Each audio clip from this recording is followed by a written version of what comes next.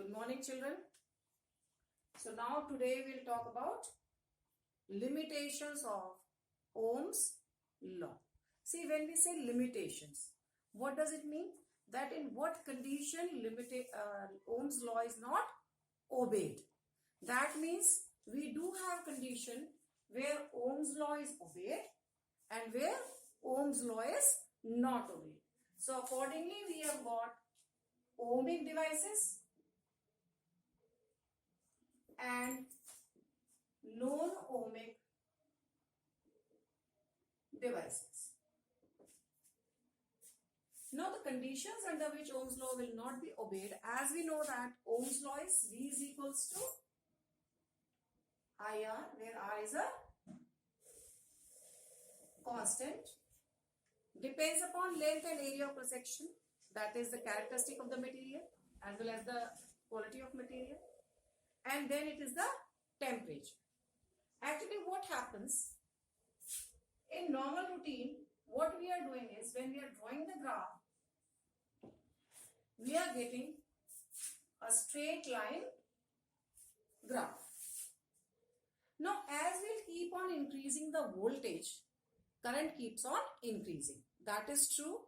That is being studied and that is why Ohm's law is there. But what happens actually side by side, when voltage is kept on increasing, the wire itself starts getting heated up due to thermal motion inside because of the collision of the electrons with ions and some other things also.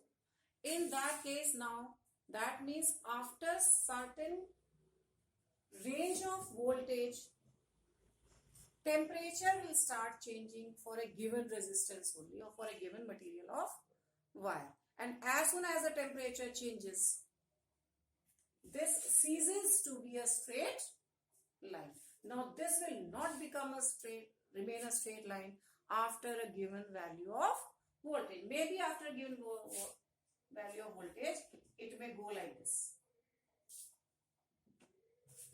That is, will not follow straight line. That means here Ohm's law will not be obeyed after a certain specific value of voltage. We'll talk about one more case, a diode. In diode, when we draw the characteristics, we'll do it in very brief here. We'll be doing it in detail in unit number 9. That is the semiconductor devices. It is given in detail the working of diode, how it works, where all applications are there, where all it is used. So here we'll just talk in brief about its graph. Graph of diode is also known as diode characteristics, and it is a graph between V and I. See, remember, when we are making a graph between V and I, if it is a straight line, then whether you take V here or I here or I here and V here is immaterial, because in any case you are going to get a straight line. But when it is not a straight line, you have to take care where you are plotting V and where you are plotting I. Here I have taken V on the x-axis, I on the y-axis. And the graph which you will get for this device diode, which is also known as junction diode or a semiconductor diode, initially the current will remain 0 with the change in voltage. Again I am telling, this will be done in detail in unit number 9. So here we are doing it only in brief. So it will go like this, starting 0 and then it will increase eventually to a large value even for a small change in voltage. And if the voltage is taken in the negative direction, that is the reverse, it is said as, then again you will get 0 value initially and then a graph like this. Certainly you can see that this graph is not a straight line. So here also the Ohm's law is not obeyed. There are some other cases also. In gallium arsenide also. Certainly since it is a mixture, it will be an alloy. So for gallium arsenide also, if you draw a graph between V and I, you get this type of graph. See, Something like this. Like initially, I is increasing with V up to a certain extent, and then just see it is decreasing. This is also known as negative resistance region. You can see initially current keeps on increasing up till here. So value of R will keep on increasing, and after that you just see I is decreasing with the voltage. Alright, this also we will be doing again in this. So we have discussed various cases in which Ohm's law is not obeyed. So these are the limitations of Ohm's law, and accordingly we have got ohmic and non-ohmic devices. So ohmic devices are what? Which obey Ohm's law. Non-ohmic, which do not obey Ohm's law. Suppose it is asked, give one example of non-ohmic device. You can give an example of diode. Now we'll talk about resistivity again. How the resistivity changes with temperature. Variation of resistivity with temperature.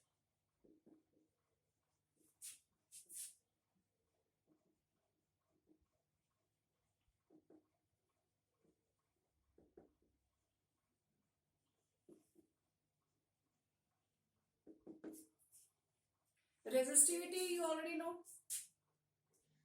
Now resistivity depends upon two factors which we have already talked about. One is the material itself, another is temperature. It does not have to do anything with the length and area of cross section. Whereas resistance depends upon material, temperature, length as well as area. Now the relationship of resistivity with temperature is mathematically given as rho T is equals to rho naught 1 plus alpha T minus T naught. I'll repeat it twice, so you have to listen carefully. See, what is rho T? Rho T is resistivity at temperature, say T. What is rho naught? Rho naught is resistivity at temperature T. This temperature T naught is reference temperature. Reference means initially what we are doing. Initially, suppose I measure the resistivity at T naught, whatever be the given value. Then at T, the value will be say rho T. I am again repeating. Temperature T naught is reference temperature. जहां से हम अपनी calculation मान रहे हैं कि हमारी initial situation ऐसी थी. T naught टेम्परेचर पर रेजिस्टिविटी की वैल्यू है रो नॉट. T टेम्परेचर, थोड़ा सा हमने टेम्परेचर बढ़ा दिया. टेम्परेचर कितना हो गया? T. T टेम्परेचर पर रेजिस्टिविटी जब मेजर करी तो कितनी हो गई? रो T. तो इन दोनों के बीच का रिलेशनशिप क्या है? Rho T is equals to rho not 1 plus alpha T minus T naught. And what is this alpha? This is a constant value and it will be different for different materials. And this is known as temperature coefficient of resistivity. Temperature coefficient of resistivity. We can define temperature coefficient of resistivity from this expression itself. See what it will be. Rho T is equals to rho naught plus rho naught alpha T minus T naught.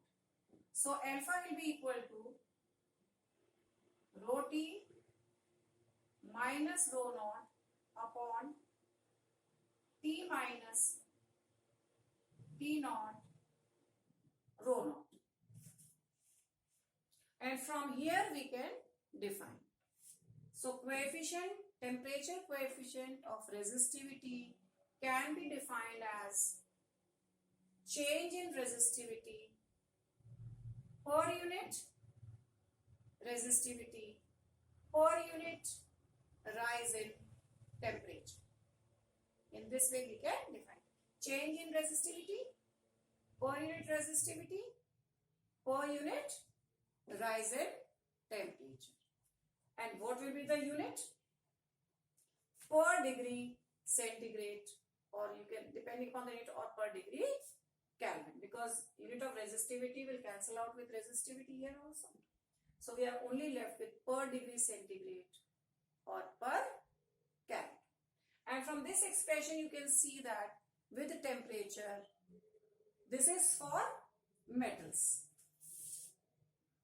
First we are talking about metal, because the behavior of every type of material is different with temperature. This is for metals, and therefore we can see that the resistivity increases with increase in temperature.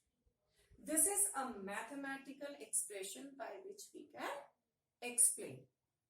Second thing is, we can define it physically also, or explain physically also.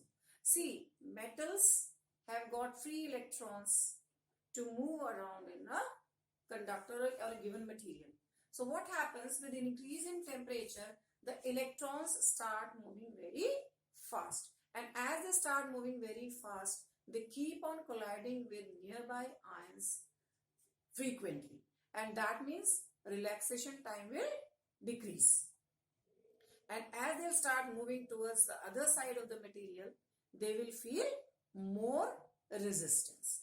That can also be explained qualitatively on the formula which we did yesterday, that resistivity is M upon N E square tau. From here, relaxation time will decrease, thereby increasing the resistivity. We can explain physically from this formula also. This is the case for metals. So for metals, if we draw a graph with temperature and resistivity, you will get somewhat this type of graph. This can be the initial resistivity. See, for metals we have got less resistivity. So initially at temperature say 0, so we do not have, we have some resistivity at that instant also, and that will be different for different materials. You can make it here also, we can make it here also. So this type of graph will be obtained for a metal. Now second thing is for, say, semiconductors.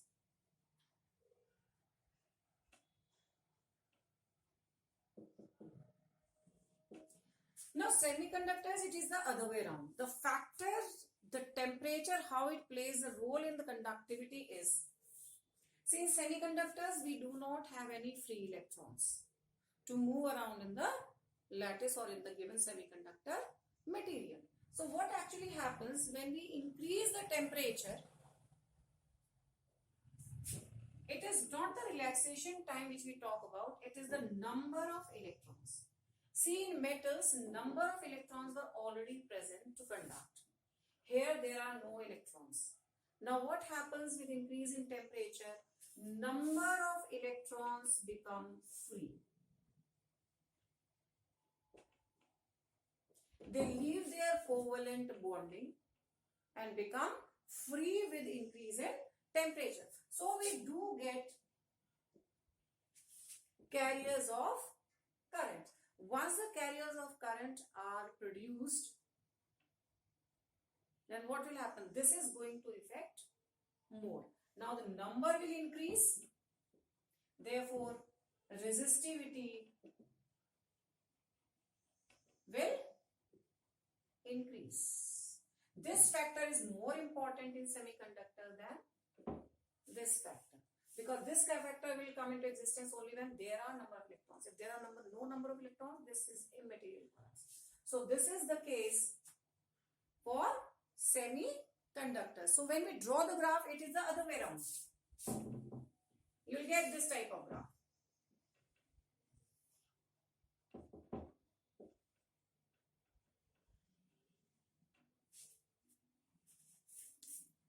We will get this type of graph, that is, with increase in temperature, resistivity will decrease. And initially also there must be some resistivity depending upon the type of material. So your axis will not meet even on y-axis and even on x-axis. In this way you are going to make the diagram. Now the third case is of an alloy.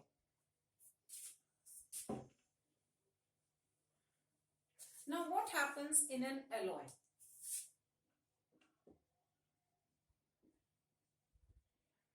This is the third case. Now alloy is a mixture of metals and non-metals. At least one shall be metal, that is there. And as you already know, we have done in class 10th also that non-metals have got high resistivity. Apart from that, they are least change with temperature. There is a variation of resistivity is very, very small. Mathematical expression is not required. Most of the time it is the graph which is being asked. So for an alloy, the graph will be somewhat like this.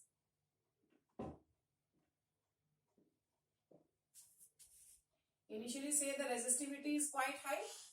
Even if we say we are taking about 0 Kelvin, resistivity is quite high, and the change in resistivity with temperature is also very small. And that is why these alloys are generally being made for heating devices, where temperature variation is also not, large variation of resistivity with temperature is not required. For making standard resistance, that is, the resistivity or the resistance shall not change with temperature too much.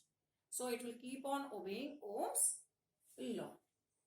So this is the case with an alloy. So what we have talked about is, we have talked about variation of resistivity with temperature. We have talked about metals. I explained it to you using two formulas. One is this and another was of resistivity. Then we talked about semiconductors.